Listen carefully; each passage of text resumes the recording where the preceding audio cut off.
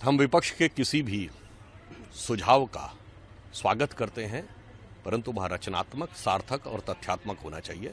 वैसे राहुल गांधी जी ने जो आज जो कुछ कहा है उसमें कुछ भी नया नहीं है। वो उन्होंने अपनी सहज प्रवृत्ति यानी फितरत के हिसाब से बगैर अध्ययन किए, बगैर विषयों की जानकारी लिए हुए प्रेस के सम्मुख आने की अपनी पुरानी आदत के हिसाब से किया है। उन्होंने कहा है कि पारदर्शिता नहीं है, तो मैं याद दिलाना चाहता हूं प्रधानमंत्री जी निरंतर विपक्ष के नेताओं से, सभी राज्यों के मुख्यमंत्रियों से संवाद में हैं। उन्होंने विशेषज्ञों के साथ, डॉक्टरों के साथ, मीडिया कर्मियों के साथ, खेल के लोगों के साथ, धार्मिक नेताओं के साथ, सभी के साथ विचार विमर्श किया है। और कितने समन्वय के साथ कार्य हो रहा है इसका उदाहरण यह है कि लॉकडाउन 2 की जब शुरुआत हुई तो उससे केंद्र सरकार की घोषणा से पहले 4 राज्यों ने घोषणा कर दी थी। वो 4 राज्य कौन थे? पंजाब, महाराष्ट्र, उड़ीसा और तेलंगाना। चारों विपक्ष के राज्य थे। फिर भी यदि उन्होंने जो कहा है, प्रत्यक्ष लाभ हस्तांतरण के द्वारा सरकार जिस बेहतरीन तरीके के साथ कार्य कर रही है, स्वयं जिनसे उन्होंने संवाद किया, अभिजीत बनर्जी जी ने किस प्रकार से उसका स्वागत किया। जहां तक प्रवासी मजदूरों की बात थी तो अभिजीत जी ने अपने बोधन में कहा, मुंबई के रेफरेंस में, कि ये जो कुछ भी है इसमें मुख्य रूप से राज्य सरकार का दायित्व है।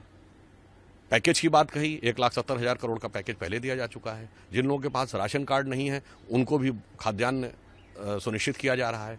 इतना ही नहीं, यदि आप देखें तो 3 महीने के लिए उज्ज्वला सिलेंडर भी मुफ्त में देने का विचार चल रहा है, विचार कर दिया गया है। राज्य सरकारें अपने अपने प्रवासी मजदूरों को लाने के लिए बात कर रही हैं। अंतर्राष्ट्रीय एजेंसियों ने जिस प्रकार से कार्य किया है, ये सब चीज़ें यदि उन्होंने पढ़ ली होती तो उन्हें ज़्यादा समझ में आता, परंतु दूसरी चीज़ की ओर उनका ध्यान नहीं जा रहा है। इस समय हम चीन के बाद भारत दुनिया का सबसे बड़ा देश है। हमारे यहाँ आज भी 30% लोग गरीबी की रेखा से नीचे हैं। 2/3 जनसंख्या गांवों में रह रही है। 27% लोग निरक्षर हैं।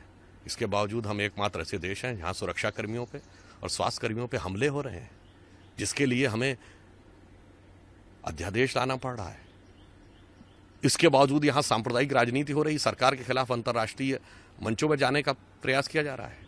इसलिए मैं कहना चाहूंगा कि कांग्रेस के यह अर्धशतक के निकट पहुंच रहे चिर युवा नेता को अब कम से कम थोड़ा परिपक्व और व्यवहारिक हो जाना चाहिए, क्योंकि यह संकट भारत के ही नहीं, मनुष्य जाति के ज्ञात इतिहास का सबसे व्यापक और विराट संकट है। इसके लिए व्यापक और विराट सोच की आवश्यकता है, जो प्रधानमंत्री श्री नरेंद्र मोदी जी ने प्रदर्शित की है। आज की स्थिति ऐसी है, मान लीजिए मध्याह्न के सूर्य को राहु ने ग्रस लिया हो और अंधकार छा गया हो।